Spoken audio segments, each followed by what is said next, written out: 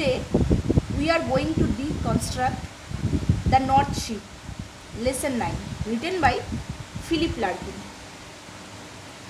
আমরা একটু জেনে নিই যে ফিলিপ লার্কিন একজন যে পোয়েট ছিলেন, যিনি তার প্রথম জীবনে কিন্তু খুব একটা বেশি অ্যাপ্রিসিয়েটেড হয়নি, মানে he was not appreciated by the other poets. ঠিক আছে, যখন সে পোয়েম লিখছিল তখন কিন্তু বিশেষ ফিলিপ লার্কিন অ্যাপ্রিসিয়েটেড হয়নি, কারণ ও আসলে অ্যাকচুয়ালি ওর সময় অন্যান্য যে সমস্ত পোয়েটরা ছিল তারা ভীষণ রোম্যান্টিসিজমে বিশ্বাসী ছিল, মানে তাদের পোয়েমগুলোই ছিল রোম্যান্টিসিজমে, মানে সব কিছুকে সুন্দরভাবে দেখতো, ভালোভাবে দেখতো, যে কোনো জিনিসকে তারা সুন্দরভাবে দেখতো। মিস্টার ফিলিপ লার্কিনের সময় যে সমস্ত পোয়েটসরা ছিল, সেই সময়ে ফিলিপ লার্কিন এমন একজন পোয়েট ছিলেন যিনি একটু আলাদা করে ভেবেছেন। সে ভেবেছেন যে সব কিছুকে রোম্যান্টিসিজম দিয়ে দেখলে হবে না, সব কিছুর একটা আগলি সাইড আছে, মানে খারাপ দিক একটা আছে। ঠিক আছে, সব কিছুর একটা আগলি সাইড আছে, খারাপ দিক আছে। সব কিছুকে যে আমরা ভালোভাবে দেখবো এর কোনো মানে নেই, কারণ মানুষকে অনেক রকম স্ট্রাগল, তার লাইফে অনেক রকম স্ট্রাগল, অনেক রকম প্রবলেমসের মধ্যে দিয়ে দিতে হয়, যে শুধুমাত্র রোমাঞ্চ, ভালোবাসা এগুলো নিয়ে থাকবে তা না। এখানে অ্যাকচুয়ালি রোম্যান্টিসিজম মানে ভালোবাসা ঠিক না, রোম্যান্টিসিজম বলতে এখানে বোঝাচ্ছে যে কোনো জিনিসকে খুব ভালো চোখে, মানে রাইট ওয়েতে দেখা, ঠিক আছে, খারাপ চোখে দেখা। ওকে, এবার আমরা প্রত্যেকটা লাইন সেলফ তো আরেকটু বলে নিই যে ফিলিপ লার্কিন যখন লিখেছে, যখন ও পোয়েম লেখা শুরু করলো তখন কিন্তু খুব একটা বেশি অ্যাপ্রিসিয়েটেড হয়নি। Actually he was not appreciated by other poets. ঠিক আছে, ইভেন ওকে অ্যাকসেপ্ট করে নিতে পারেনি সেই সময় পোয়েটসরা, বিভিন্ন স্ট্রাগল, বিভিন্ন রকম প্রবলেমসের মধ্যে দিয়ে ওই কিন্তু পোয়েম লিখতে হয়েছে। যাই হোক, তো দ্য নর্থ শিপটাও কিন্তু ওই তার ওই সাফারিংসের মধ্যে এই একটা পোয়েম, তার প্রবলেমসের মধ্যে এই একটা পোয়েম তিনি লিখেছিলেন। ঠিক আছে, এবার আমরা প্রত্যেকটা লাইন বা লাইন সেলফ, আচ্ছা আমরা শুরু করার আগে একবার রিসাইটেশন করে নেবো গোটা পোয়েমটাকে।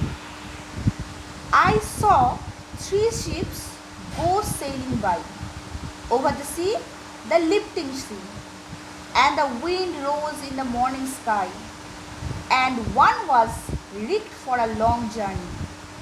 The first ship turned towards the west, over the sea, the running sea, and by the wind was all possessed and carried to a rich country.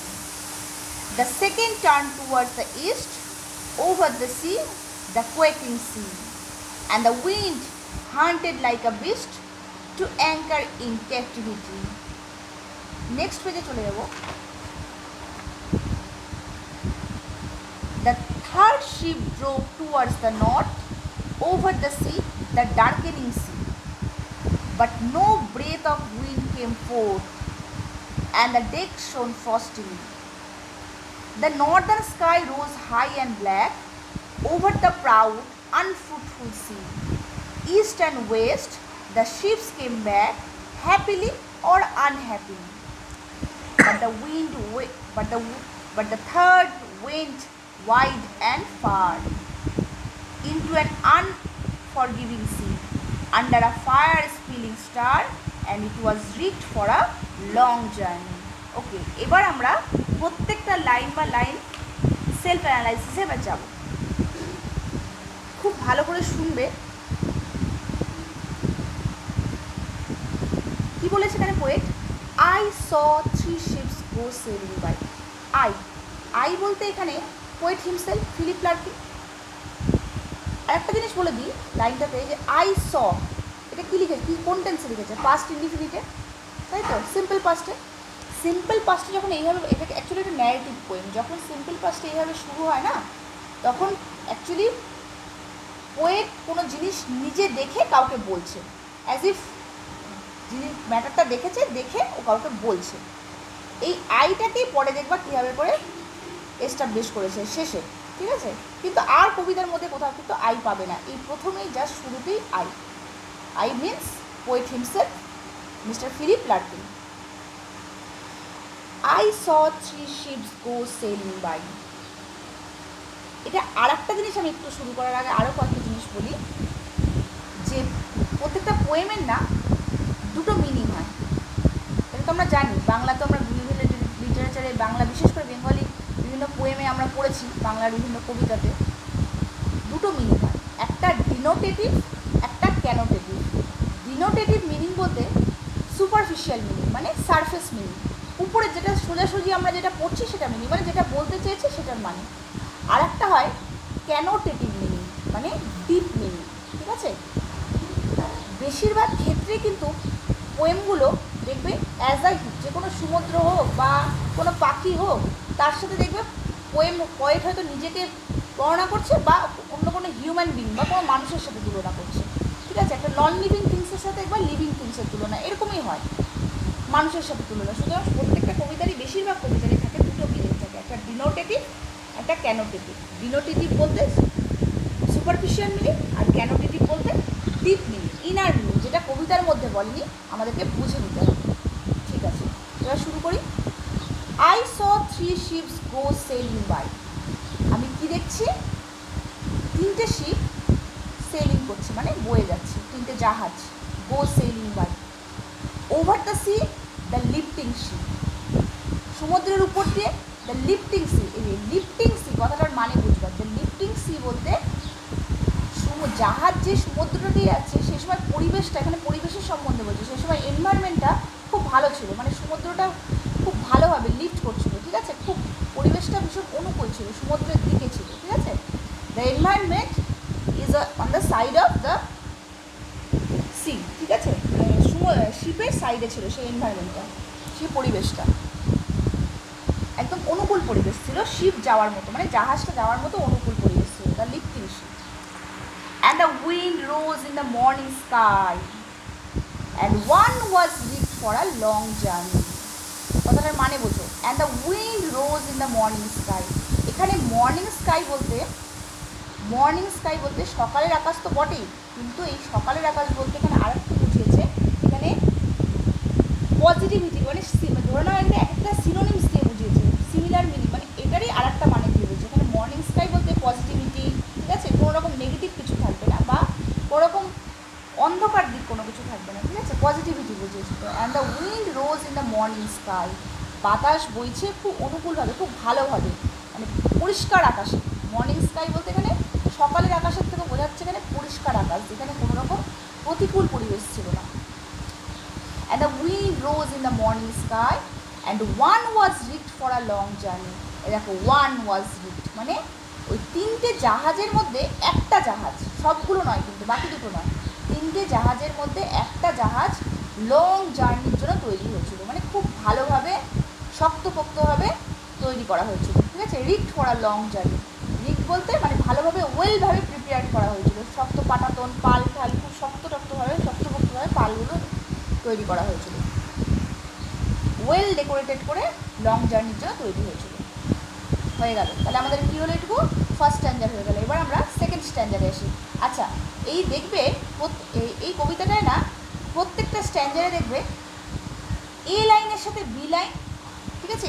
A B করে আছে, মানে এ লাইন ফার্স্ট স্ট্যান্ডার্ডের সাথে third স্ট্যান্ডার্ডের, আর second স্ট্যান্ডার্ডের সাথে fourth স্ট্যান্ডার্ডের মিল আছে, প্রত্যেকটা লাইনেই টাইপের A B করে বুঝতে হবে, মানে ফার্স্ট স্ট্যান্ডার্ডের সাথে আমার থার্ড স্ট্যান্ডার্ডের এ বি, আবার এ, তাহলে ফার্স্টের সাথে থার্ড আর সেকেন্ডের সাথে ফোর্থ স্ট্যান্ডার্ডের মিল আছে।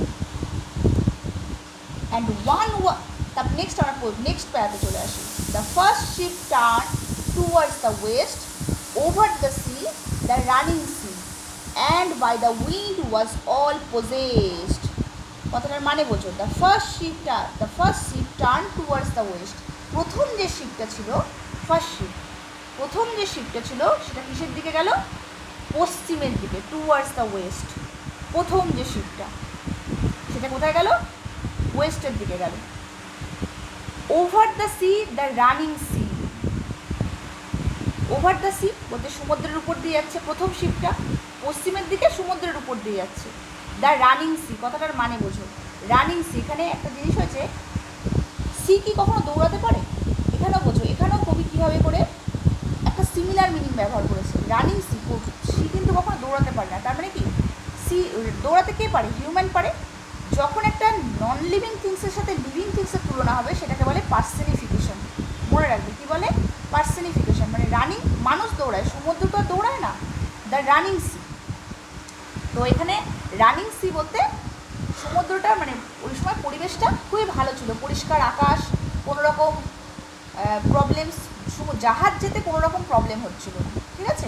Over the sea, the running sea, and by the wind was all possessed. যে উইন্ড ওয়াজ অল পজেসড মানে কি, আমাদের জাহাজ বইতে গেলে কি লাগবে, বাতাস লাগবে, বাতাস ছাড়া জাহাজ বইবে কি, বইবে কেমন করে, জাহাজ তো চলতে পারবে না, তো বাতাস লাগবে বা জাহাজ চলার জন্য। তো wind is the very important to sail a boat or to sail a ship, তাই তো।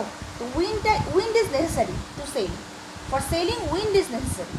তো উইন্ড এখানে বাতাসটা খুব দরকার। তো and by the wind was all possess, সে সময় বাতাসটাও খুব ভালোভাবে কাজ করছিল। And carried to a rich country, এবং জাহাজটা কোথায় গেল, একটা বড় লোকের শহরে। এগুলো পরে বুঝতে পারবা যখন আমি তোমাদের ডিপ মিনিংটা বলবো, যে কেন এগুলো কবি বলছে, ঠিক আছে, এটা পরে বলবো। এখন তোমরা শুধু সুপারফিশিয়াল মিনিংটা বোঝো, সারফেস মিনিংটা। And carried to a rich country, এবং কোথায় নিয়ে যাচ্ছে সেই শিপটা, একটা বড় লোকের কান্ট্রিতে। বড় লোকের কান্ট্রি বলতে যেখানে কোনো রকম খারাপ কিছু থাকবে না, টাকা পয়সা কোনো কিছুর প্রবলেম, কোনো কিছুর সমস্যা নেই, ঠিক আছে। ক্যারিড টু আর রিচ কান্ট্রি, একটা বড় লোকের দেশে হয়ে গেল। নেক্সট আমাদের থার্ড স্ট্যান্ডার্ডে আমরা চলে আসি এবার। এটা কিন্তু মনে রাখবা, অ্যান্ড ওয়ান ওয়াজ রিচ মানে একটা জাহাজ কিন্তু এখনও বলেনি জাহাজটার কথা, সুতরাং এখানে ফার্স্ট শিপ দিয়ে শুরু করেছে, এটা সেকেন্ড শিপ, কিন্তু অ্যাকচুয়ালি এটা থার্ড শিপ হওয়া উচিত, কিন্তু এখানে ওয়ান ওয়াজ বলতে একটা আলাদাই রেখেছে ওখানে শিপটা। ফার্স্ট শিপ এখান থেকে শুরু হয়েছে, ফার্স্ট শিপ গেছিল ওয়েস্টের দিকে। এবার চলো সেকেন্ড স্ট্যান্ডার্ডে আসি, মানে থার্ড স্ট্যান্ডার্ডে। The second turn towards the east, the second turn towards the east, সেকেন্ডটা কোথায় গেল, এবার দ্বিতীয় জাহাজটি কোথায় গেল, পূর্বের দিকে। কোথায় যাচ্ছে, পূর্বের দিকে। Over the sea, the quickening sea, quaking sea মানতে এইবার বোঝো, কোয়েকিং বলতে এইবার কিন্তু পরিবেশটা একটু প্রতিকূল হলো। কোয়েকিং বলতে বিপজ্জনক, সমুদ্রটা তখন হয়ে উঠলো বিপজ্জনক, কোয়েকিং বলতে বিপদ। And the wind haunted it like a beast two anchor in captivity. এবার আরও বোঝো, অ্যান্ড দ্য উইন্ড হন্টেড, এখানে আবার সেই পার্সনিফিকেশন করেছে। বাতাস কি কখনো স্বীকার করতে পারে, মানুষ স্বীকার করতে পারে, তাই না। উইন্ড হন্টেড, বাতাস কিন্তু স্বীকার করতে পারবে না, মানুষ স্বীকার করতে পারে। তো এখানে শিকারী মানুষের সাথে বাতাসের তুলনা করেছে, তো এখানেও একটা নন লিভিং থিংসের সাথে লিভিং থিংসের তুলনা হয়েছে। তো এটা কি আমাদের পার্সনিফিকেশন। এবার আবার বোঝো, and the wind haunted it like a beast two anchor in captivity, মানে এমন করে বাতাসটা স্বীকার করছে দৈত্যের মতো, লাইক আ বিস্ট। এখানে কিন্তু সিমিলি বুঝিয়েছে, সিমিলারিটি, ঠিক আছে, বিস্টের মতো মানে দৈত্যের মতো। And the wind haunted it like a beast, দৈত্যের মতো বাতাসটা স্বীকার করছে, মানে এত মানে ঝোড়ো বাতাস বইছে, মানে বাজে অবস্থা, পরিবেশটা একদম প্রতিকূল ছিল জাহাজ চালানোর জন্য। It was very problematic to sailing বা for sailing. To anchor in captivity, মানে যেন মনে হচ্ছে বন্দি দশায় পরিণত হয়েছে, যেন মনে হচ্ছে বন্দি দশা হয়েছে, ঠিক আছে। নেক্সট পেজে আমরা এবার চলে যাব।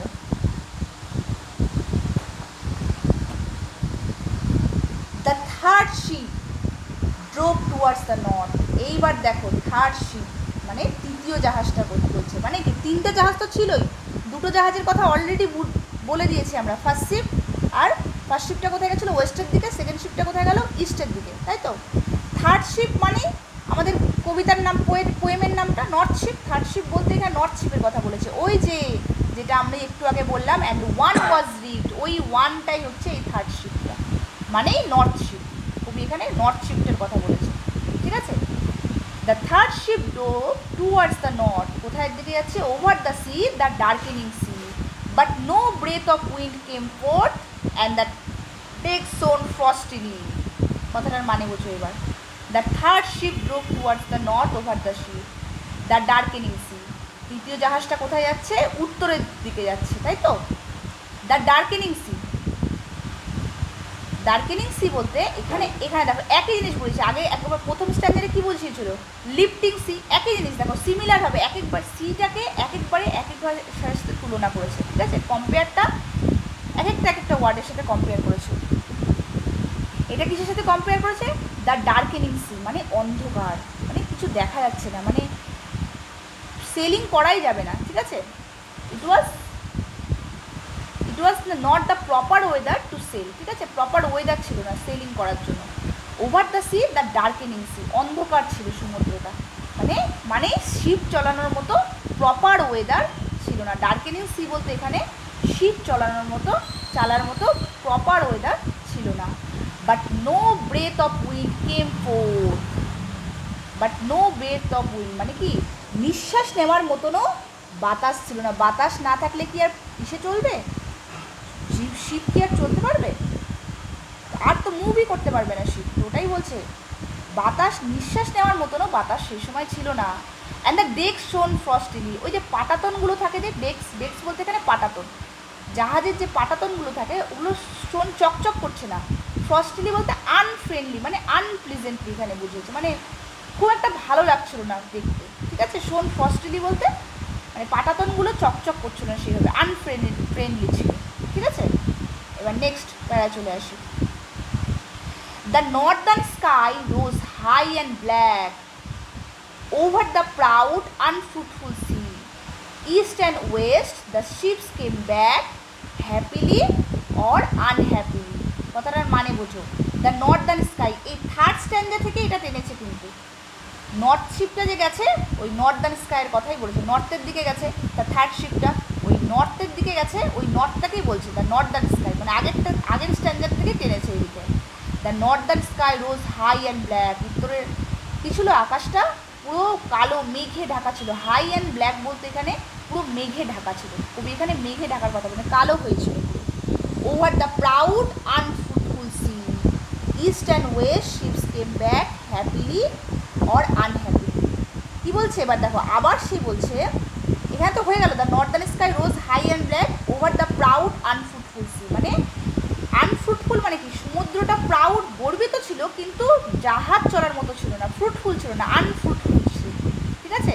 সমুদ্রের যে পরিবেশটা ছিল, সে নর্দার্ন স্কাইয়ের ওখানে যে পরিবেশটা ছিল সেইটা কিন্তু খুব একটা ভালো ছিল না, জাহাজ চলার মতো একেবারেই ছিল না। এবার দেখো নেক্সট লাইনে কি এসছে, east and west the ships came back happily or unhappily. ওই যে আমরা আগের লাইনগুলোতে পড়লাম, ইস্টের দিকে যেটা গেছে সেকেন্ড শিপটা গেছে ওয়েস্টের দিকে, থার্ড শিপ তোমার ফার্স্ট শিপটা গেছে ওয়েস্টের দিকে, আর সেকেন্ড শিপটা গেছে ইস্টের দিকে। ওই সে আগের শিপগুলোর কথা আবার বলেছে যে ওই শিপগুলো কি ফিরে এসেছে হ্যাপিলি আর আনহ্যাপিলি, মানে কবির জানা নেই, হয়তো সুখী হয়ে ফিরে এসেছে অথবা খুশি হয়নি, ঠিক আছে। হ্যাপিভাবে মানে ঠিকঠাকভাবে ফিরে এসেছে অথবা ঠিকঠাকভাবে জাহাজগুলো ফিরে আসতে পারেনি আর।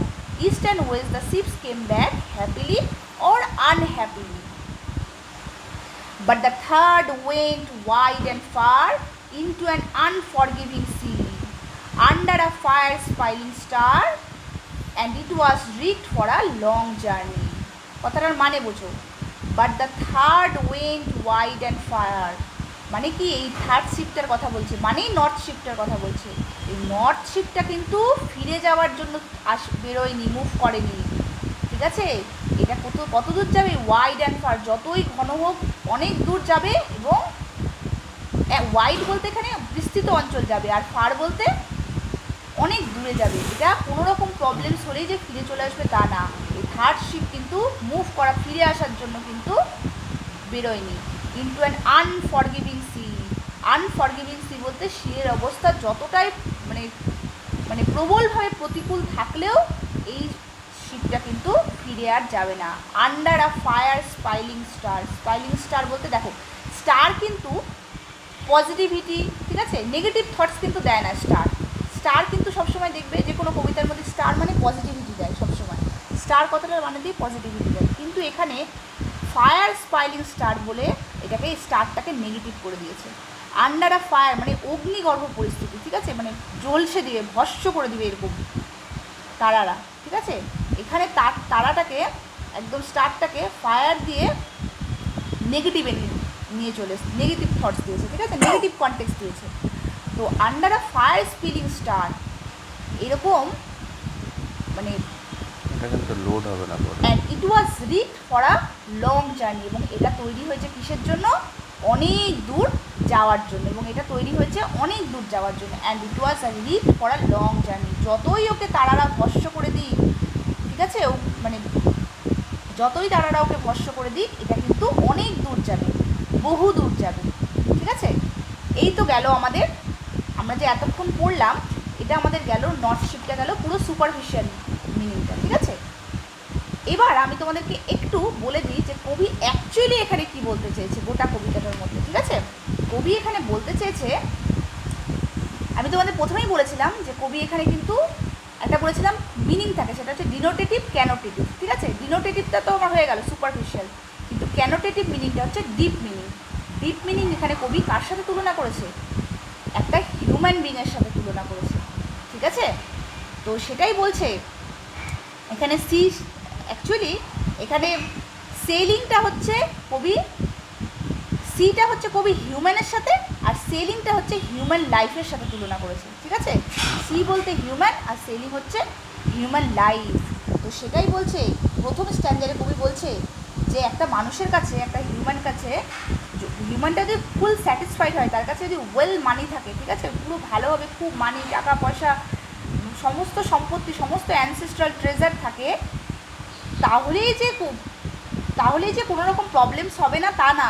কারণ এই যে এই লাইনটার মধ্যে বলেছে যে হ্যাপিলি অর আনহ্যাপিলি, সেই যে জাহাজটা গেছে বা সেই যে মানুষটা আছে, ঠিক আছে, মানুষটার লাইফে যত রকমই যত কিছুই থাকুক, মানুষটা যে সবসময় হ্যাপি হবে এইটা কোনো কথা না। Money can not brings happiness. ঠিক আছে, এখানে কবি এটাই বলতে চেয়েছে যে টাকা কখনো, মানি কখনো হ্যাপিনেস আনতে পারে না। ঠিক আছে, আবার কবি বলেছে যে যখন এই জায়গাটা যেমন বলেছে পোয়েকেন্সি লাইক আ বিস্ট, ক্যাপটিভিটি, এই যে এই কথাগুলোর মধ্যে কবি বলতে চেয়েছে যে মানুষের যখন যে কোনো হিউম্যান বিংসের যখন সাফারিংস, প্রবলেমস, যে কোনো প্রবলেমস আসে তো লাইফে, তো প্রবলেমস আসে মানেই সে যে আর ওখান থেকে ওভারকাম করতে পারবে এরকম না। ওই জন্যই এখানে বারবার বলেছে হ্যাপিলি আর আনহ্যাপিলি, এরকম হতেই পারে যে অনেক প্রবলেমসের মধ্যে থেকেও অনেক পড়ে, যে ক্যাপটিভিটি বলতে এখানে বুঝিয়েছে মানে ধরো টু অ্যাঙ্কারিং ক্যাপটিভিটি, এই জায়গাটাতে কই বলছে যে যত একটা মানুষের কি, মানুষ যদি খুব গরিব হয়, কি যেটা চায় সেটা করতে পারে না, যেটা চেয়েছে ওর লাইফে সেটা করতে পারে না, টাকা পয়সার প্রবলেম থাকলে, মানি প্রবলেম থাকলে, কিন্তু এরম না যে মানি প্রবলেম থাকলেই যে ও আর হ্যাপি হতে পারবে না, এরকম হতে পারে যে ও ওভারকাম করে ও হ্যাপি হতে পারে। ঠিক আছে, তো সেটাই আবার লাস্ট স্ট্যান্ডারে গিয়ে কবি আবার সেটাকে এস্টাবলিশ করেছে যে যতই প্রবলেমস থাকুক, যতই আমার রাস্তা, চলার পথের রাস্তা, ঠিক আছে, খারাপ থাকুক, খুবই খারাপ থাকুক, তাকে যেতে হবে অনেক দূর, ওয়াইড অ্যান্ড ফার। ঠিক আছে, সেই হিউম্যান বিংকে, সেই মানুষটাকে বা আমাকে যেতে হবে অনেক দূর। তো কবি সেই সময় এখানে অ্যাকচুয়ালি কবি নিজেকেই এস্টাবলিশ করেছে, পোয়েট নর্থ শিপ বলতে পোয়েট নিজেকেই বলেছে, কারণ সেই সময় যখন ও পোয়েমস লিখেছিল, প্রথমেই আমি বলে দিয়েছিলাম তার সময় অনেক রকমের অনেক পোয়েট ছিল যারা তাকে, he was not highly accepted. ঠিক আছে, তাকে একদম মানে অ্যাপ্রিসিয়েটও করা হয়নি, he was not appreciated by other poet, তাকে পোয়েট, ইভেন তাকে প্রপার পোয়েট হিসাবে গণ্যও করা হয়নি। তো সেই সময় তো সে অনেক রকম প্রবলেমে ছিল, সেই প্রবলেমগুলো থেকে বেরিয়ে এসে, and it was rigged for a long journey, সে লং জার্নির জন্য তৈরি হয়েছিল। Thank you for today.